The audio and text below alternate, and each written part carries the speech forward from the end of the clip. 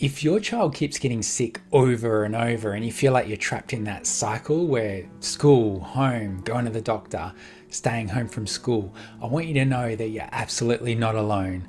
A little warning, in this video, I'm going to give you not the normal answers that you might have seen in other videos and the ones that doctors don't normally give you. This is going to be quite different from your standard advice, and this is why it works. The question of why children get sick over and over again is one I get in clinic quite a lot.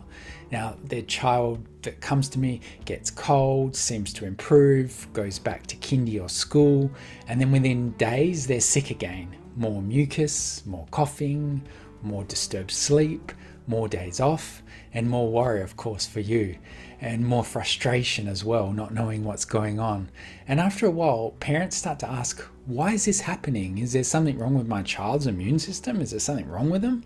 Now, sometimes repeated infections can simply reflect normal exposure, especially in the early years. But sometimes it also signs that the body's foundation needs more support. And that's the shift I want to talk about today. In naturopathic holistic medicine, we don't just ask, well, what bug is this and how do we kill it? What's that pill we're going to kill it with? We ask, why does this child keep being the one who always gets hit hardest and takes the longest to recover and simply seems to fully bounce back slower? And we look at the child's terrain. We look at the underlying environment in the body and either supports resilience or make the child more vulnerable. It can be two ways, because the goal isn't just about getting through the next cold, is it? You want to build up resilient, strong children. The goal's to get those child to be able to be exposed to the exposures in school, and they're strong and they fully recover and they've got strength to get through the next one. And yes, there's absolutely a place for conventional medicine too. And there are times when a child needs proper medical assessment, testing, medication, or urgent care. That's a fact, that matters. But if all we ever do is chase that symptoms and stress a lot without supporting the foundations, we often miss that bigger picture. So in this video, I want to walk you through why your child may be getting sick all the time, the big root causes I look at first, and why and what can we start doing. We'll talk a bit about why, but what can we start doing now to support the immune systems over time? Now let's start with one of the most useful ways to think about this. I often explain the immune system like a garden. I love gardens. And if the soil's rich and balanced and well watered and full of life, plants are stronger, aren't they?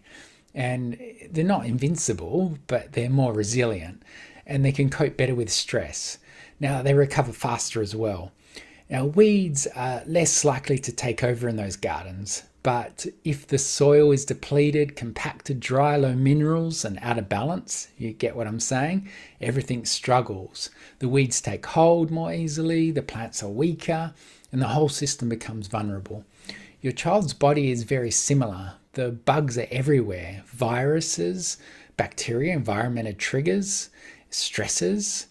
We can't remove all those exposures, can we? And we don't really want to. Some exposure is part of the immune system's development. But if the internal terrain is compromised right inside and every new exposure hits harder, that's the issue. Now, this is where I want to think of a lot of parents feel where they're stuck. They're doing their best to manage each illness as it comes, but they haven't been able to show and see the way to how to rebuild the garden and the soil. Now, I do want to say something important here. It's not helpful or safe to imply that symptoms should just be ignored. You know, if fever comes or a cough, leave it alone. That's not good medicine. Symptoms can be important signals and sometimes they need proper medical attention. But it's also true that if we constantly focus on every single symptom and try and shut it down without asking why the body's struggling in the first place, we miss the opportunity to support long-term resilience. So what are the big root causes I look at in practice when a child keeps getting sick? The first one is gut health. the microbiome. This is a huge one. A very large part of the immune system is associated with the gut. The gut lining, the microbiome, the immune issues that lie in the digestive tract. All of this plays a major role in how the body responds to pathogens and inflammation and allergens. And when the gut is healthy, we tend to see better immune regulation. That means not only better defense, but also a more balanced response. The body is better able to respond when those bugs are around and things are like in the middle of winter, and also regulate good, healthy immune response. But when the gut's out of balance, it's strained and the immune function often becomes less efficient. What strains the microbiome in children? Frequent antibiotics is a big one, and that's one factor. Sometimes antibiotics are necessary, of course, and important, but repeated courses affect the microbiome negatively. And lots of packaged snacks as well, foods, refined carbohydrates, low fiber intake, food additives, preservatives, high sugar is a super big one I see a lot. And they contribute to the inflammation. Sugars deserve a special mention here, actually. I'm not saying your children can never have a birthday cake or an ice cream. My kids, sometimes they're going to celebrate with their friends. They don't want to be that odd one out. And that's not real life. But if high sugar becomes an everyday thing, and those foods are going to create an unhealthy system in the gut, and immune resilience is going to be affected. Children have ongoing gut issues. They give us clues like things like bloating, constipation, loose stools, fussy eating, reflux, bad breath, abdominal pain, eczema. Those are the signs that the gut's not right and the gut health needs attention. Now, the second big root cause is chronic inflammation and nutrient deficiencies. Now, this one can lead to obvious areas of stress because a child can look fairly well on the outside and still not have the nutritional reserves they need to mount an efficient, effective immune response. Now, common things to think about are like vitamin D, zinc, vitamin C. They're very easy to find as a supplement, but thinking about the absorption in the gut as well. Vitamin D is incredibly important for immune regulation. And despite being in Australia with all this sunshine, we still see low vitamin D levels, especially in children who spend a lot of time indoors, have darker skins and cover their skin, live in the southern areas like Tasmania, and have long winters. Low vitamin D can be associated with increasing susceptibility to infections in children for sure. Zinc is another key one. Zinc is essential for immune function, cell function, barrier integrity, wound healing, and appetite regulation. Children with low zinc might have poor appetite, slow recovery.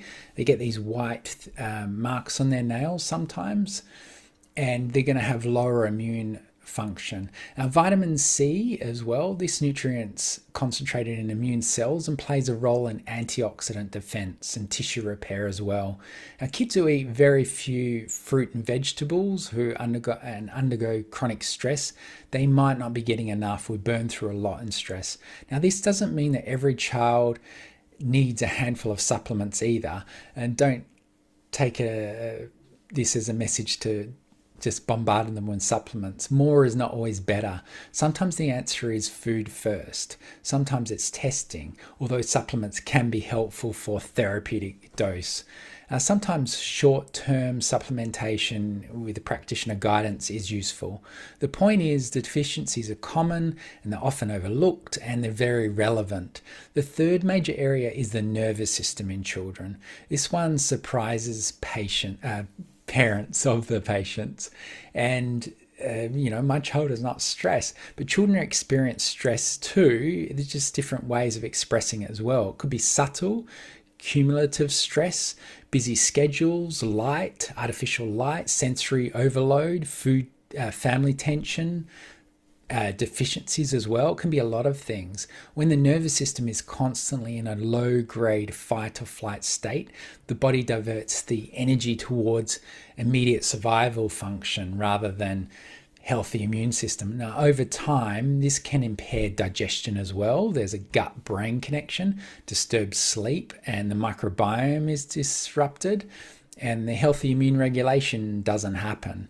You may notice these children are the ones who seem to crash after a stressful week on the weekend. They get sick every school holidays, they clench their jaw or their mouth breathe, they get restless sleep, and they have emotional weight on their shoulders, and they're a bit wired.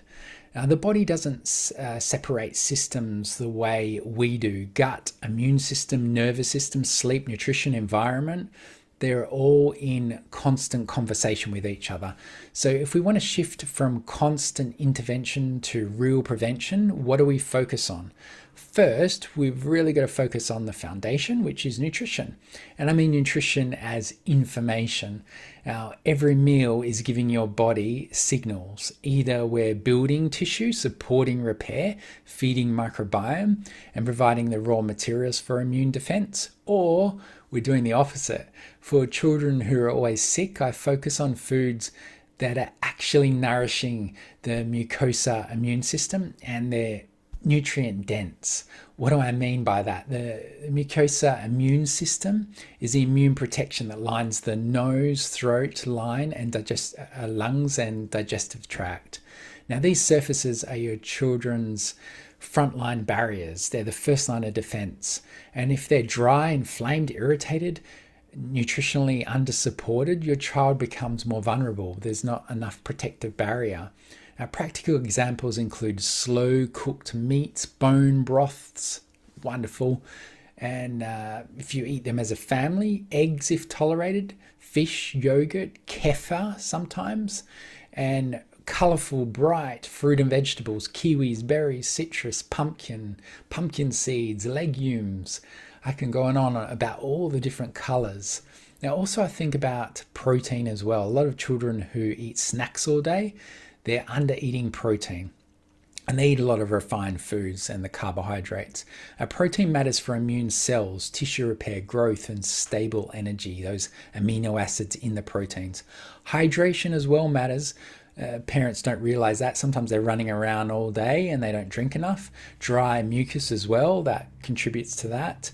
And warm foods in winter, and make sure they have their water bottle. A little bit of lemon juice could be good as well. The next big one is sleep. Honestly, if I could choose just one non-negotiable with children, it would be sleep. Top quality sleep. Deep, uninterrupted sleep is when the body carries out the repair and regulates immune calibration and restores the nervous system as well. If a child is going to bed too late and waking frequently, sleeping with a blocked nose, or mouth breathing as well, sometimes children do that, that's going to make it harder for the immune system to do its job properly. And this is where I often encourage parents to think beyond bedtime routines alone. If your child snores as well, breathes through their mouth, wakes unrefreshed, is irritated in the morning, tosses and turns through the night, and is exhausted despite enough hours in bed during the night, it may be worth discussing with a practitioner about how to get that sleep right, because sleep matters just as the sleep quality as well. Then we look in environment. We can't control everything in the environment, right? There's pollution everywhere. I don't want parents to become stressed or perfectionist here, but reducing toxic load where practical can absolutely help. That's what I mean about looking at everything, indoor air quality, mold spores, light quality, synthetic fragrances, air fresheners, cleaning products, those harsh ones, cigarette smoke if someone's smoking around them. And pay attention to mold as well. I mentioned that mold spores, that can be an issue too. Sometimes a child's immune system isn't just dealing with viruses, it's also dealing with dust, poor air circulation, indoor irritants, chronic nasal inflammation, and low-grade environmental stresses. That background load can matter. It just compounds on the whole system.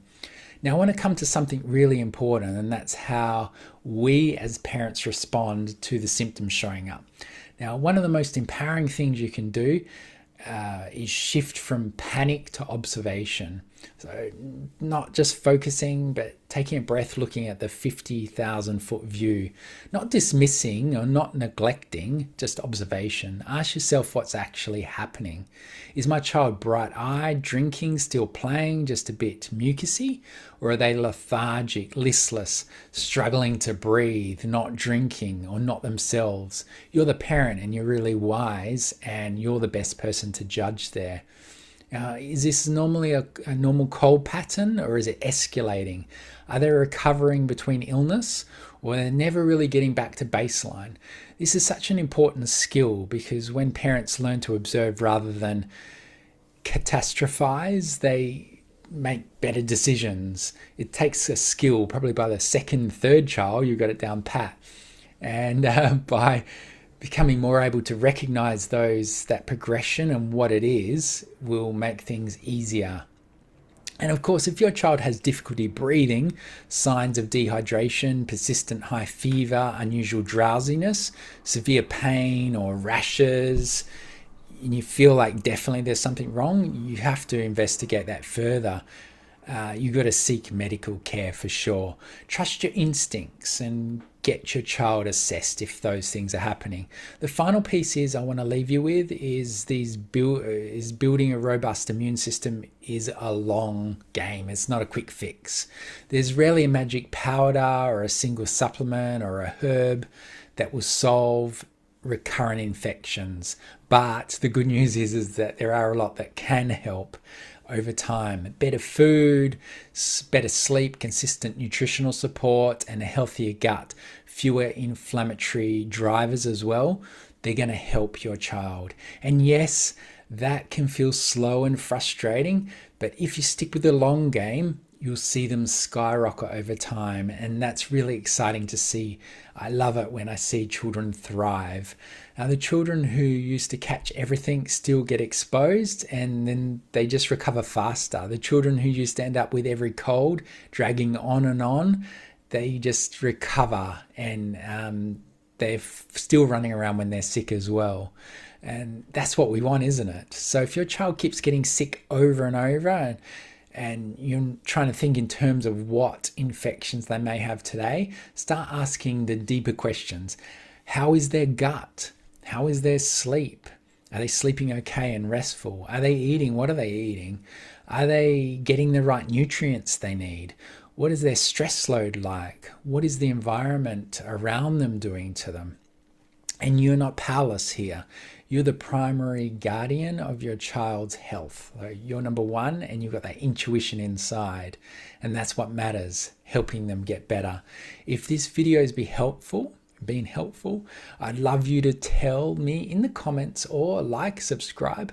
And I want you to continue on learning right here with this video here.